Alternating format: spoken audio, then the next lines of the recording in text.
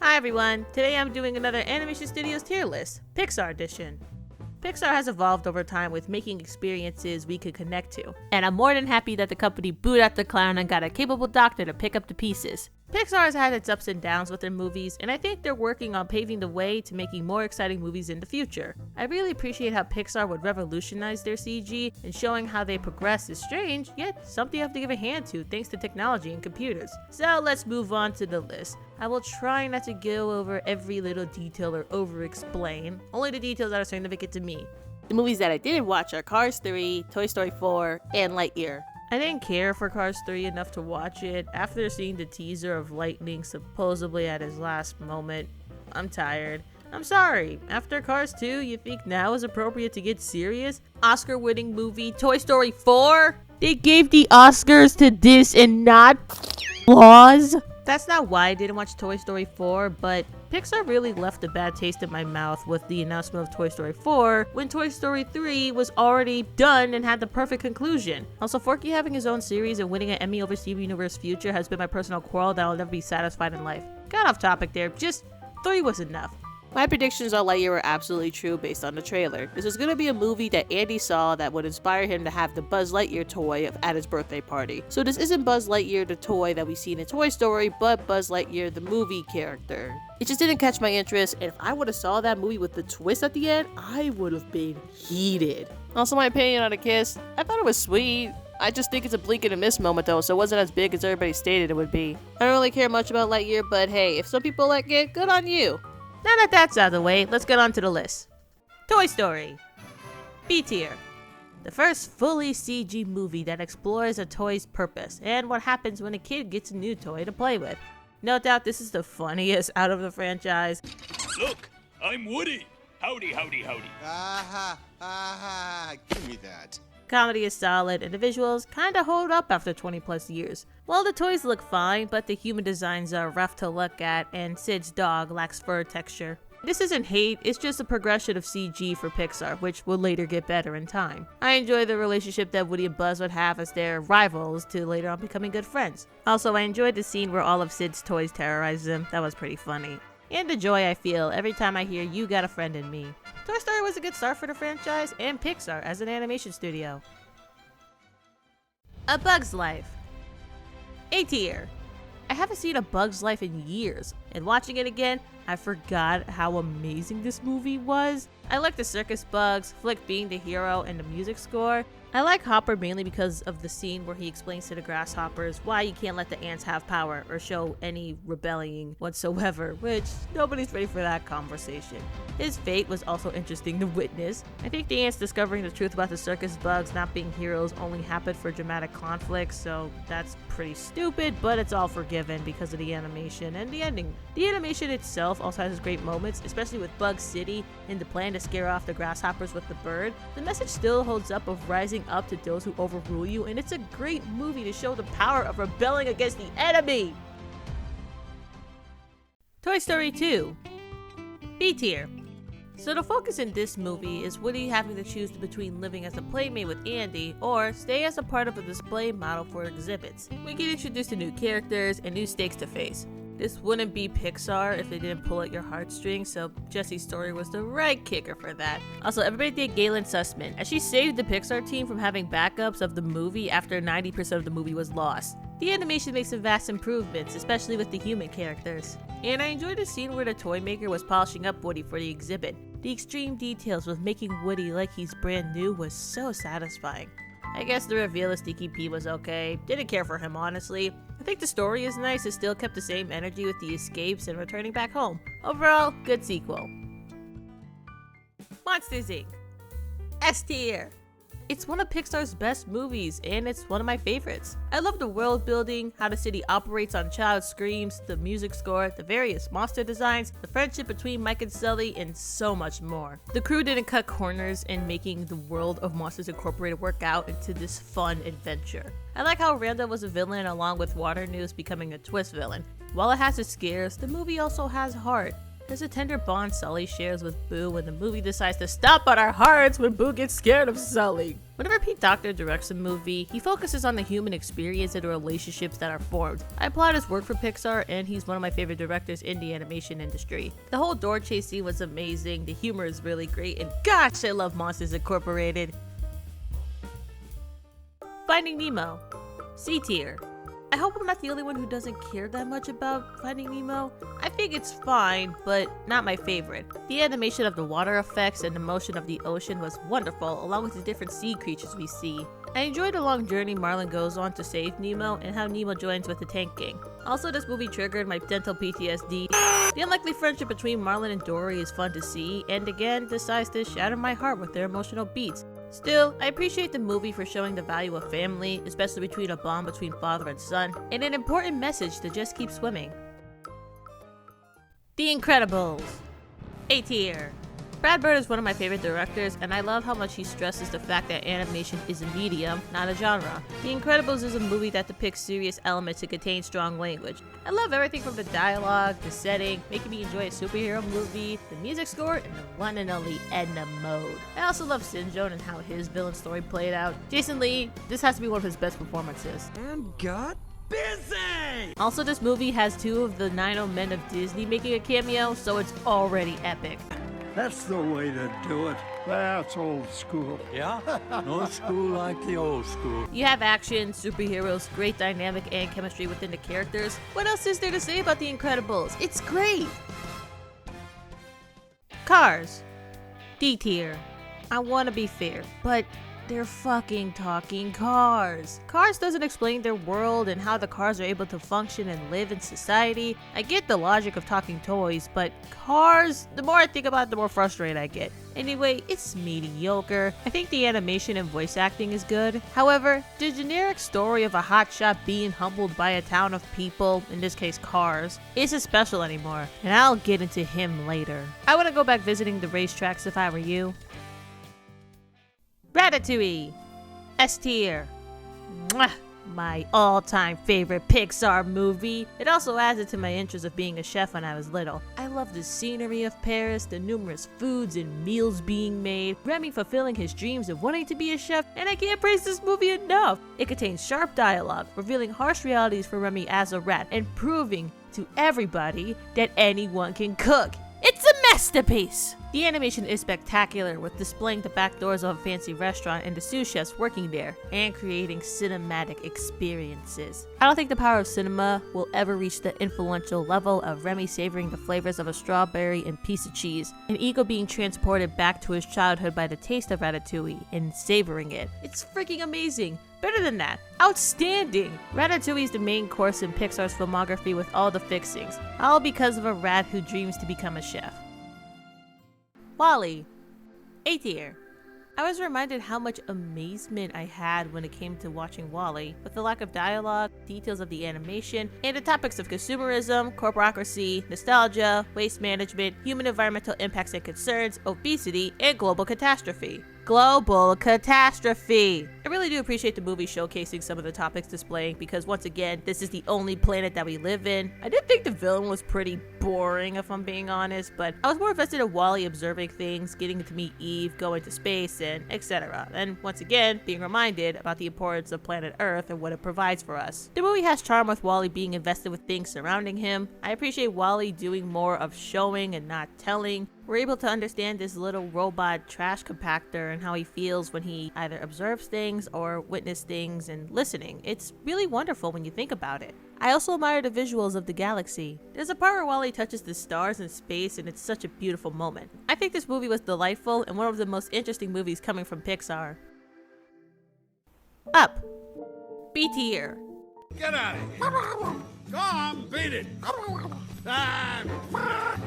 I mean, who doesn't know about this movie, especially with the opening scene? There is more that Up offers besides this opening. With that being said, it's a beautiful montage of marriage, the trials and tribulations, and the unfortunate tragedy of your partner no longer being with you. With the rest of the movie, it's pretty out there. I mean, an old man is trying to fulfill a long life adventure in the craziest way possible, but it's so interesting and creative with the power of balloons lifting a house to Paradise Falls. I like how Carl and Russell would go through Paradise Falls and their interactions together along with Kevin and Doug. The villain is okay, I just need to know how he got all those dogs and survived for all those years. I think the animation is wonderful. I always smile when the balloons are revealed and lifting Carl's house. Once again, Pete Docter is known for showcasing the human relationship within his movies.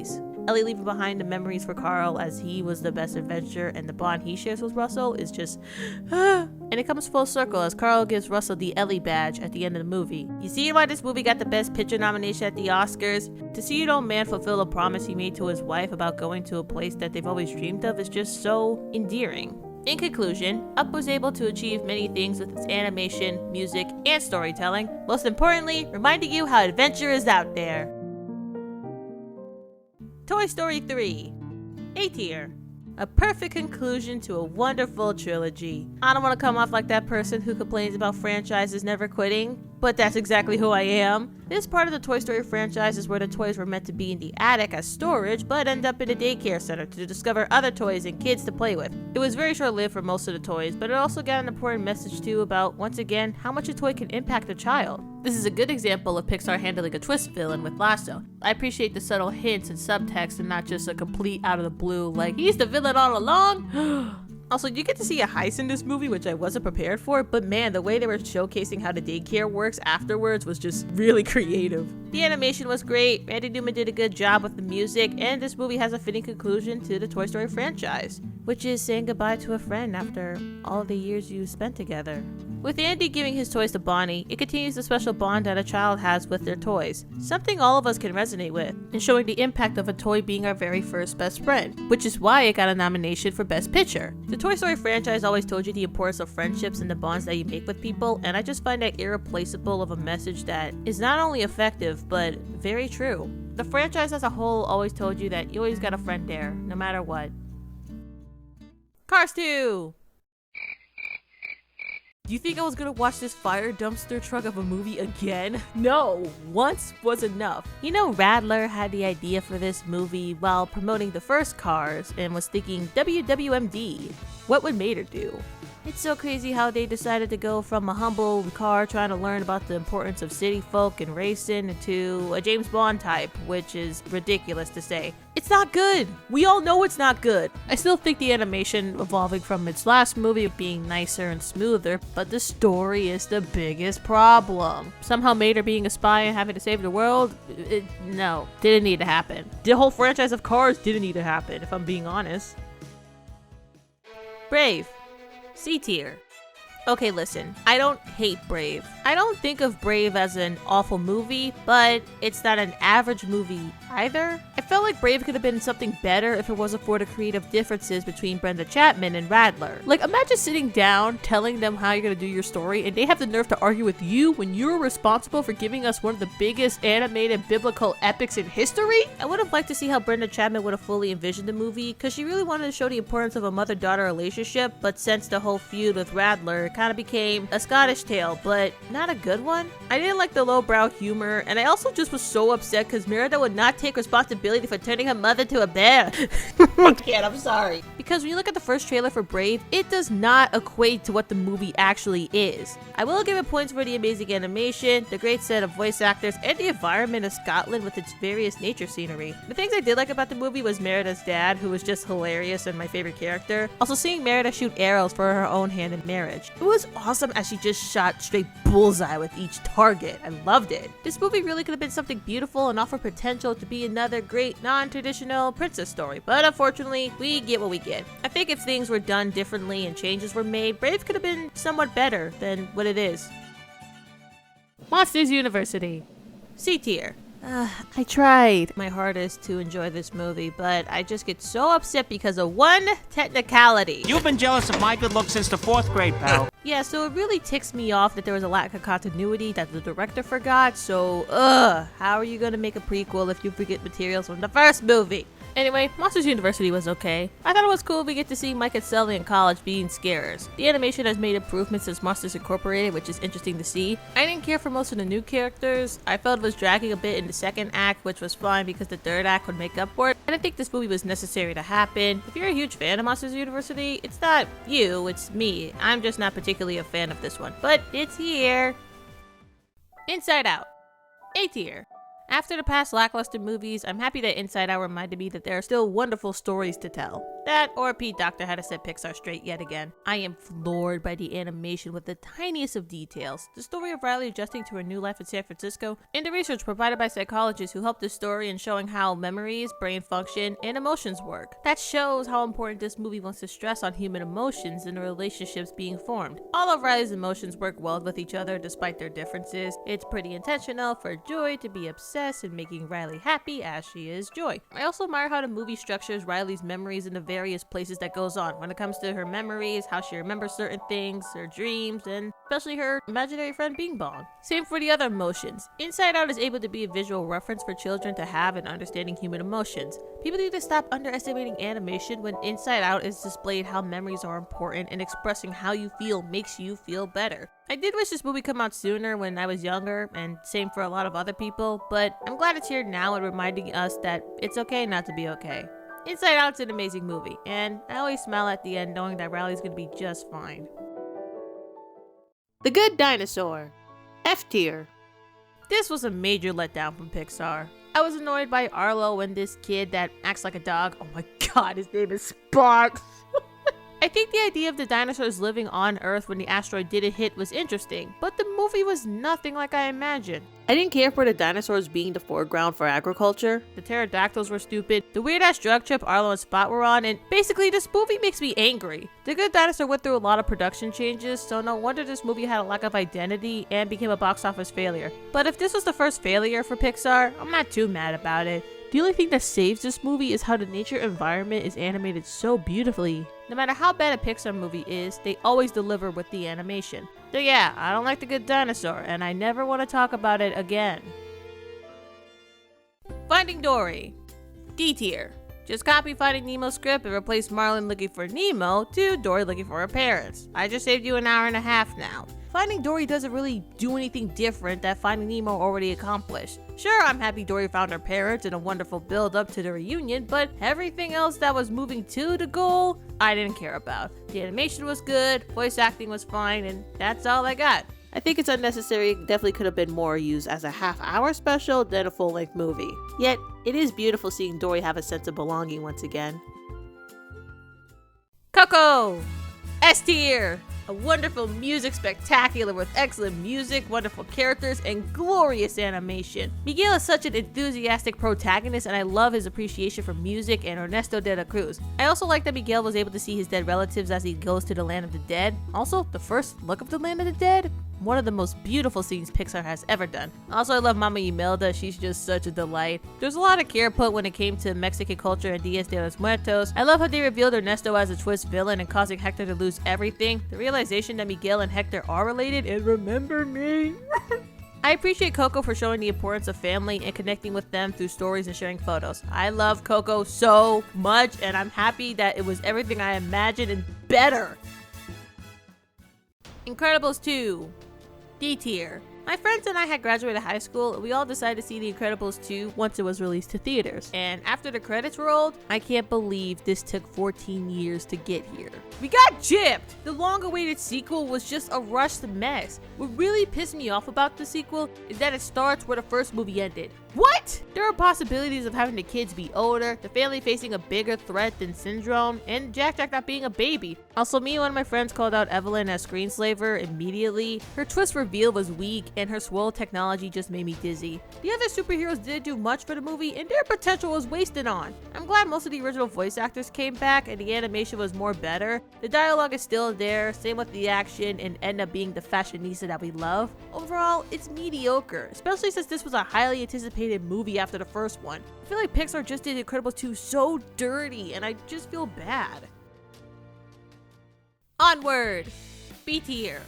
Finally, after the sequels and prequels, I'm relieved Pixar finally went back to original storytelling. The movie still has its flaws and perks though. I enjoyed the animation for having its fantasy elements and environment, the voice acting was solid, and I liked the brotherly bond between Ian and Barley. I was fine with a fantasy world in a modern time, but I would have liked to see more magic in the movie. My biggest gripe with the movie are the cops. The Centaur cop provided nothing to the story besides being the boyfriend of Laura and finding out where Ian and Barley are going. And the Cyclops officer being Pixar's first representation was pathetic. If Pixar wanted their first character that wasn't straight, why not have Corey and Laura be a couple? Corey had more interactions and chemistry with Laura did than with her boyfriend. I'm not bitter, just an opportunity was missed there. I do appreciate the movie for showing those that we've lost and wanting to have that connection with them since they're no longer with us. And I thought the scene where they revived their dad back was executed flawlessly. I really did want Ian to see his dad very badly, but even with the little time that they had, I was happy that Barley was able to have closure with his father, but also Ian get to see the conversation as well.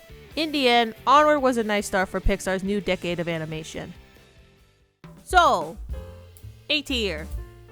When I saw the trailer, I knew this movie was going to be something special, including going through an existential crisis. It's weird how Soul came at the time that it did, but holy shit, did we need Soul to remind us what makes life worth living. I love jazz, so the movie centering around a jazz musician just made me happy. The animation is absolutely remarkable, from the various character designs, the lighting, the great beyond, and more. How the Jerrys and Terrys were based on line art and sculpted with wires as models, the various colors and sounds of New York City, the jazz sessions, and my favorite moment where Joe is in the zone as he plays the piano. I also like the scene where all the little kids were saying hell. Anything that is mature being approached to kids always makes me happy. Soul isn't holding back for them, but allows everybody to ask big and scary questions about life. Basically, I love Soul for treating kids as individuals. I guess 22 is okay. I can understand the question of finding your purpose, heck, not even having one, but I'm just not that crazy about her. My biggest issue in the movie is when they did the body swap. I was fine with it when it was just the two of them, but I didn't like it when she was doing that for most of the movie.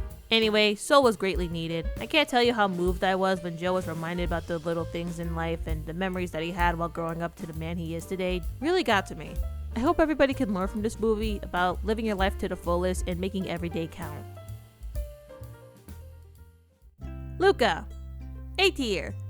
The Italian summer adventure I never knew I wanted to experience. Luca was such a delight in being a wholesome movie on friendship, expanding your horizons, and exploring the wonders of the surface world. You get a bit of The Little Mermaid here, Studio Ghibli callbacks there, and Italian culture and customs everywhere. I love the characters, especially Luca, Giulia's dad, and Luca's grandmother. Luca and Alberto's friendship is great to see, especially with their first interactions, their argument, and cherishing the memories they spend on the wonderful summer. I get teary-eyed at the end because I hate goodbye endings. And Pixar knows how to execute emotional scenes like that. The animation is unique as the character designs resemble the look of Armin Studios with their facial details. The water scenes were realistic, the dream sequences were out of this world, along with the day and night scenes. I also love the soundtrack that includes amazing Italian songs. Also, the end credits is definitely inspired by Studio Ghibli. Overall, Luca is a fun movie that I'm glad I got to see. It was nice to have a movie that didn't have a big complex and major world building or a twist villain just to make me invested. Sometimes, I'm okay with a simple movie with fun elements,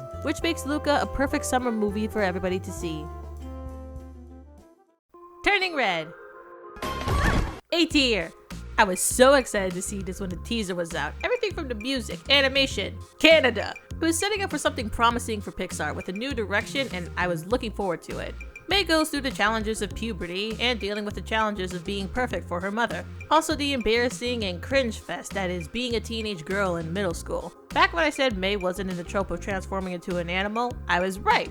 While it is a curse, it was more of a way of protection as her ancestor Sun Yi wanted to protect her family during the times of war. So May still has her identity throughout the movie, and turning into a red panda is a metaphor for puberty. I'm so happy to see Domichi depict her childhood and heritage in the movie. It makes the movie more personal and authentic on how she grew up in Toronto. They went all out in the movie, including referencing things from the 90s and 2000s, the love for boy bands, and showing Chinese culture and customs with the temple and food presented. I love May's friends. You got the leader, tomboy, cool and collective, and pure chaos. Each of them are fun and all love and support each other, which is important in a friend group. However, May's aunties caught me by surprise and I love their scene. The animation is so wonderful. The colors of Toronto were amazing, and I love how the animation uses cartoony and anime elements to express the characters' feelings. The music is fantastic and was a perfect time capsule of music in the 90s and 2000s. The story is a typical coming-of-age story, but you don't get to see a teenage girl fight against a gigantic mother while the sounds of Four Town and Cantonese chants soars through the arena! I'm glad to see May wanted to be independent and how perfectionism is never always the answer to everything. I love this movie for being inclusive with the topics of puberty and periods and making every young teen girl feel represented. It's really pathetic to see that there are people who can't get past this movie when it's important to tell everyone, especially kids, how there's nothing wrong with you wanting to be your own person, and that puberty is awful, but completely normal. In the end, this movie addresses generational trauma, the importance of letting your kids be their own person, and how there's no shame in discussing periods. That is it for the Pixar Studio tier list. This was really fun watching all these movies, and I know that Pixar will deliver more emotional and thoughtful movies in the future. Let me know what your favorite Pixar movie is. Thank you for watching my video, and I'm signing off.